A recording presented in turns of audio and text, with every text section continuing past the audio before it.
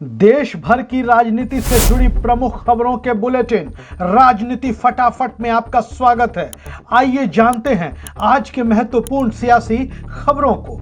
केजरीवाल पर हमलावर हुई कांग्रेस नेता और पूर्व सांसद संदीप दीक्षित ने दिल्ली के सीएम और आम आदमी पार्टी के मुखिया अरविंद केजरीवाल पर करारा प्रहार किया है। संदीप दीक्षित ने कहा कि यह सच है कि केजरीवाल ईडी की जांच से भाग रहे हैं। कंगना रनौत लड़ेंगी लोकसभा का चुनाव। जानी मानी बॉलीवुड अभिनेत्री ने दिए आगामी लोकसभा चुनाव लड़ने के संकेत। कंगना रनौत ने कहा कि अगर भगवान श्री कृष्ण की कृपा रही तो वो आगामी लोकसभा का चुनाव लड़ सकती हैं। आपको बता दें कि भारतीय जनता पार्टी के करीब मानी जाती हैं कंगना रनौत। कर्नाटक में अब तक विपक्ष का नेता नहीं चुन पाई भाजपा, कांग्रेस ने उठाए सवाल। 5 महीने से भी ज्यादा का वक्त बीत जाने के बाद कर्नाटक की मुख्य विपक्षी पार्टी भारतीय जनता पार्टी अपने विधायक दल का नेता नहीं चुन पाई है। राज्य के डिप्टी सीएम और कांग्रेस नेता डीके शिव कुमार ने कहा है कि कर्नाटक में बीजेपी में असंतोष का माहौल है और इस वजह से वो अब तक विपक्ष के नेता का चुनाव नहीं कर पाए हैं। तमिलनाडु के मंत्री पर इनकम टैक्स डिपार्टमेंट का छापा। तमिलनाडु के राज्य मंत्री ईवी वेलू से जुड़े ठिकानों पर शुक्रवार को इनकम टैक्स डिपार्टमेंट में छापा मारा। वेलू के तिरुवन्नामलाई के घर और कॉलेज, चेन्नई समेत 40 से ज्यादा जगहों पर आईटी ने तलाशी ली। इसके साथ इनकम टैक्स ने पीडब्ल्यूडी से जुड़े ठेकेदारों के ठिकानों पर भी छापेमारी की।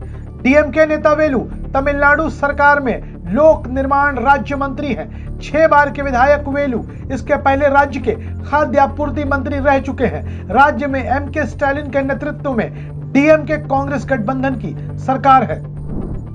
सुप्रीम कोर्ट ने राघव चड्ढा को माफी मांगने का दिया सुझाव। लंबे समय से राज्यसभा से निलंबित चल रहे आम आदमी पार्टी के सांसद राघव चड्ढा को सुप्रीम कोर्ट ने सभापति से माफी मांगने का सुझाव दिया है। बता दें कि मॉनसून सत्र के दौरान राघव चड्ढा को राज्यसभा से निलंबित कर दिया गया था। इस फैसले के खिलाफ राघव चड्ढा ने सुप्रीम कोर्ट में गुहार लगाई थी। हालांकि अदालत ने अनिश्चितकालीन निलंबन के लिए चिंता भी जाहिर की थी।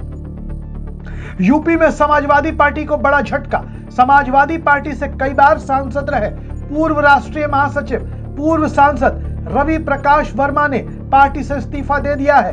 पार्टी अध्यक्ष अखिलेश यादव को इस्तीफा भेजा है।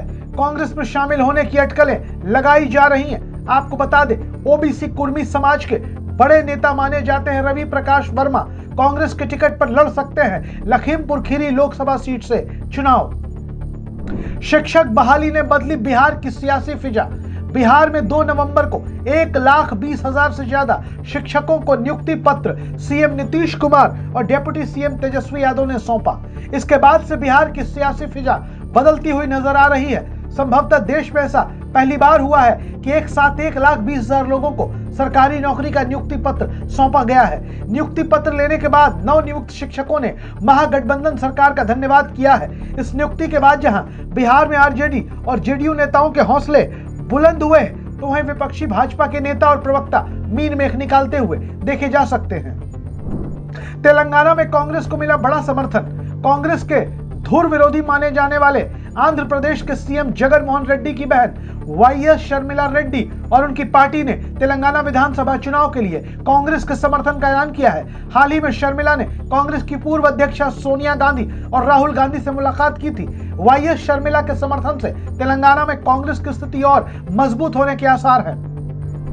दिल्ली में एक बार फिर भयावह हुआ प्रदूषण। दिल्ली सरकार ने यूपी और हरियाणा की भाजपा सरकार पर लगाया आरोप। भाजपा ने दिल्ली की आप सरकार पर लगाया आरोप तो कांग्रेस ने दिल्ली और केंद्र सरकार दोनों को लपेटा। दिल्ली कांग्रेस अध्यक्ष अरविंदर सिंह लवली ने प्रदूषण के लिए केंद्र और दिल्ली सरकार के खिलाफ आपराधिक मुकदमा चलाने की मांग की।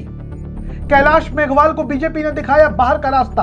राजस्थान में सर्वाधिक वोटों से जीता था पिछला चुनाव।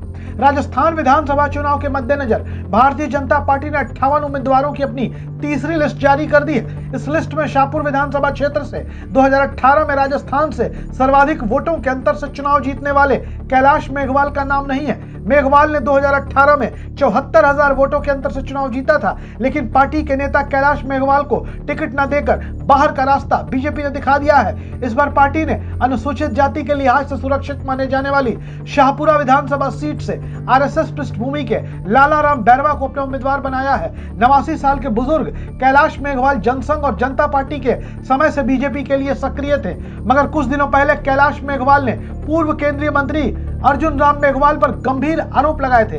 इसके बाद कैलाश मेघवाल संकट में फंस गए थे।